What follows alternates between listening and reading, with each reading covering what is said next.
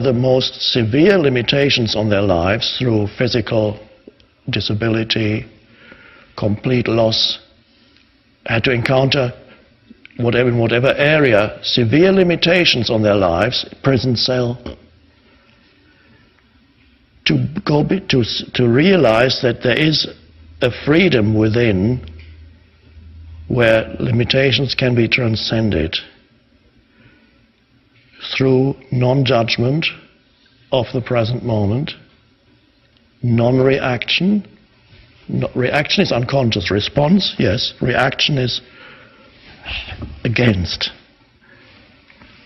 Through bringing that openness, the yes to what is, the internal yes, not necessarily a verbal yes, but as in the inner attitude of being one with the present moment, that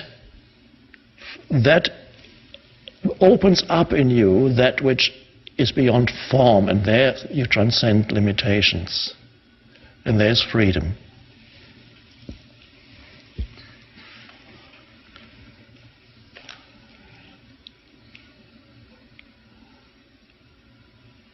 And that's what being dead means.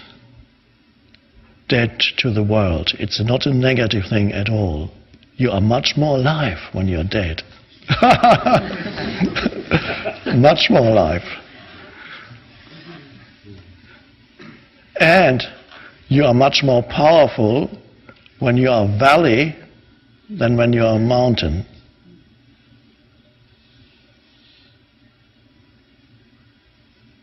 The mountain aspect of you, by mountain we mean the form identity, of course you have that for a while anyway, you don't have to worry about that. Yes, you have a form, okay. Be the valley while you are walking around as if you were a mountain.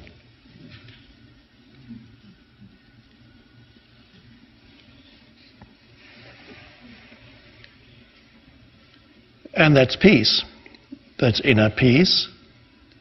You walk around this world which is not peaceful as an energy field of peace. Not the peace that has abdicated consciousness and said, okay, I'm going to go back into semi-consciousness, desensitize myself and go back into the vegetative realm, and be peaceful in that way. There could be an escape also from the world of form.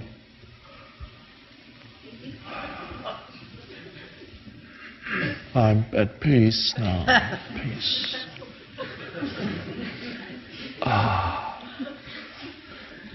That's the state you can also encounter just before you go to sleep, in that last few moments. Something pulls you, something very sweet that we call tiredness. Tiredness is something, we think we know what it is because we have a name for it and it's so common. But there's something what is that? And you say, I'm tired. It means there's a pull, you're being pulled from within. That pull gets stronger and stronger. And that pull can get so strong that you'd rather give up your life than resist it.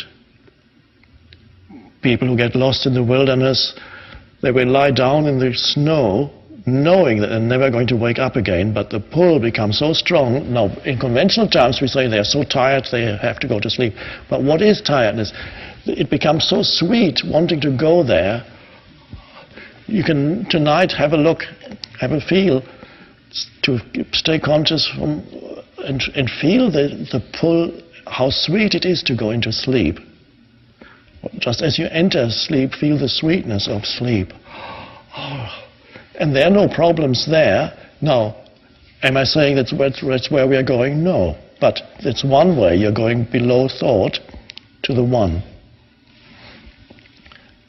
Our destiny is to go beyond thought and then reach the one consciously. Reach it, be realizing that you are it, but consciously. So the sweetness of being is there when you go into sleep. It's so beautiful. After a long day, you lie in bed and go, no more problems.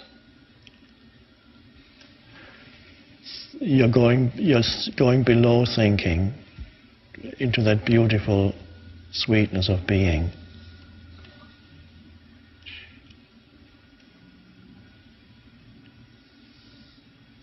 And here the evolutionary impulse of the universe is to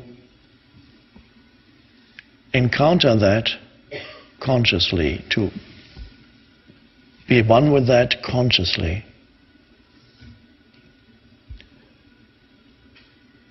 Which is the dead state. Because when you go into dreamless sleep, you're virtually dead. You don't exist as a person anymore. Temporarily you unite with the source and then you come out again. But it is our destiny to consciously unite with the source. Don't ask me why, I know that it is. It's our destiny to consciously unite with the source of who we are. And you can only do that if you go around as if you were already dead. Because dead means it's the formless. No more. Death is just the dissolution of forms, but death ultimately is already life. So that's why we have the old saying, the ancient saying, die before you die. Die before you die. Or we could, in some traditions, say, find death before death finds you. Because death will find you. And if you find death before death finds you, in Christian terms, Jesus' teaching, you find what he called eternal life. Now, eternal, of course, means not it goes on and on. It means timeless. If eternal meant it goes on and on, it would become very boring. It would become a limitation. In heaven, you would be, after a while, you say, I don't want to be in heaven anymore. Maybe there's more going on in hell.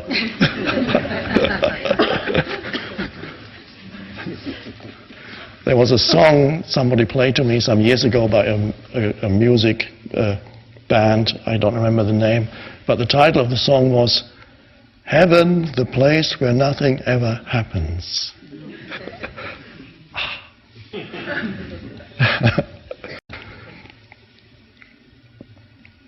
So find death before death finds you. Beautiful. Eternal life, of course, the teaching of Jesus has been misunderstood.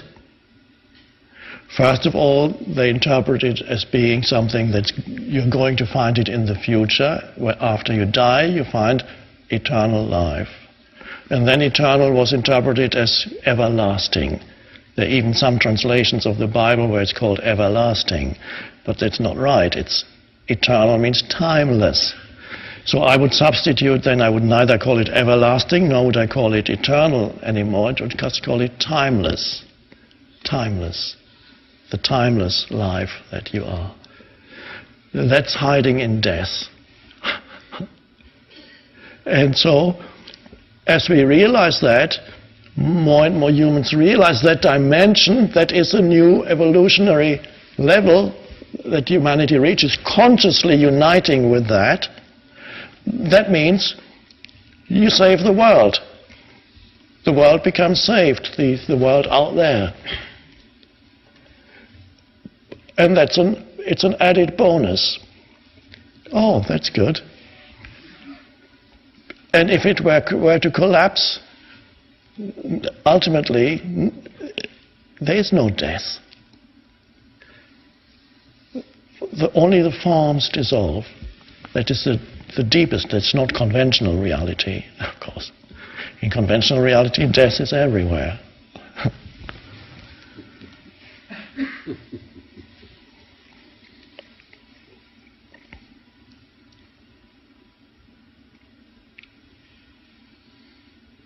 So, we've had the bad news, which is everybody's going to be wiped out off the planet, okay, which ultimately is not the bad news at all. It's the good news if you realize that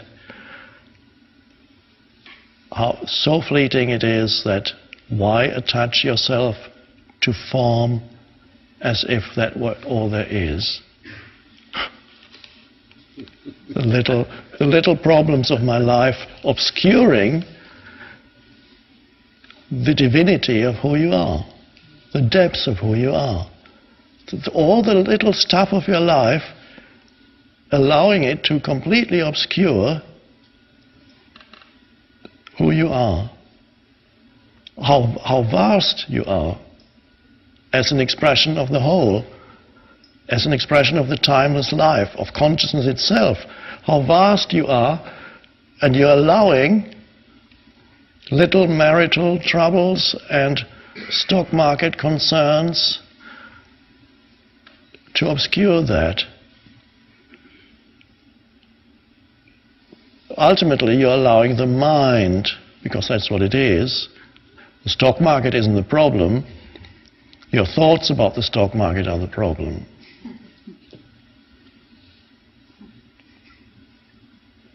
And the identification of millions of people with their minds have actually created the stock market, but that's another matter.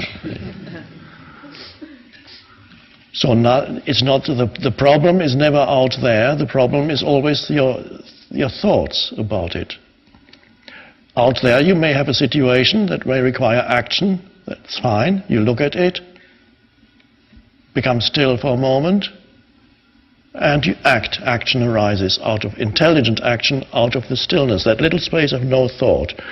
Alert stillness. You look, okay, and then action, if possible. If no action is possible, you look and you are, that's what is. That's power. You're in touch with power. Not your power, the power.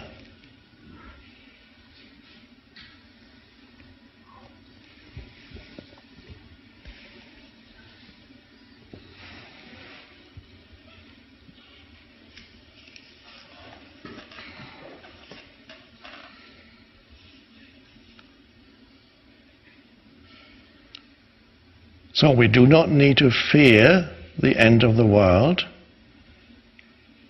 nor do we need to long for the end of the world out there. Get to the end of the world in you. The end of the world is the end of reliance and identification with the mind. Because the mind is the world. You don't even know whether there is a world out there, because you can only experience it through your mind. The mind is the world. Attachment to the world really is attachment to your mind, to your thoughts. And so, that is the transition from one state of consciousness to a higher state of consciousness. The relinquishment of that attachment to every thought that arises.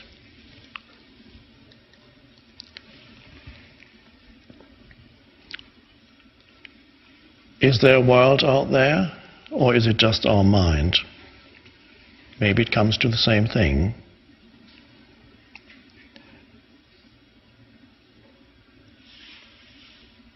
Waking up means stepping out of identification with thought. And that means death. So simple. That's death.